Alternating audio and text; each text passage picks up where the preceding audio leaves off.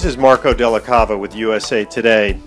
I recently spent time with Ray Ozzie. Ray Ozzie is the former CTO of Microsoft about a decade back. And before that, he is quite famous for having developed Lotus Notes.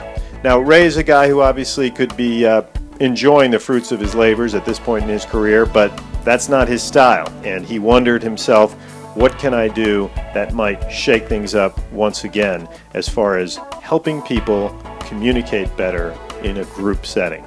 And what he's come up with is called Talko. Not taco, but Talko, as in talk and an O at the end. And it's a new app that's out today in the Apple App Store. An Android version is coming soon as well. Now, the free app is essentially geared towards the average consumer who might want to have group conversations with friends and relatives using voice over internet protocol in the app.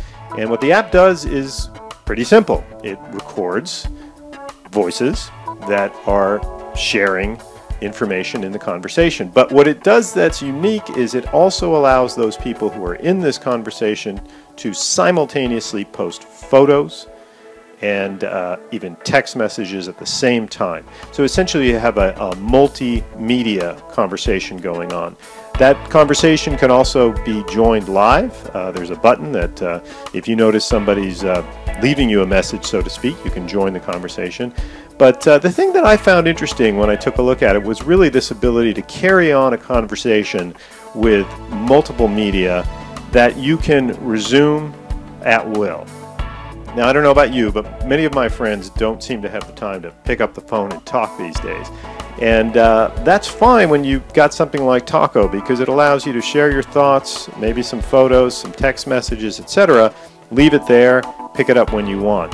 The business context, however, for Talko is really where the company hopes to make its money, because essentially it's geared towards people having conference calls using Talko. Essentially, that allows you to really stockpile these conversations so that perhaps someone who missed the meeting can revisit it almost in all its full glory as if they had actually participated in the conversation.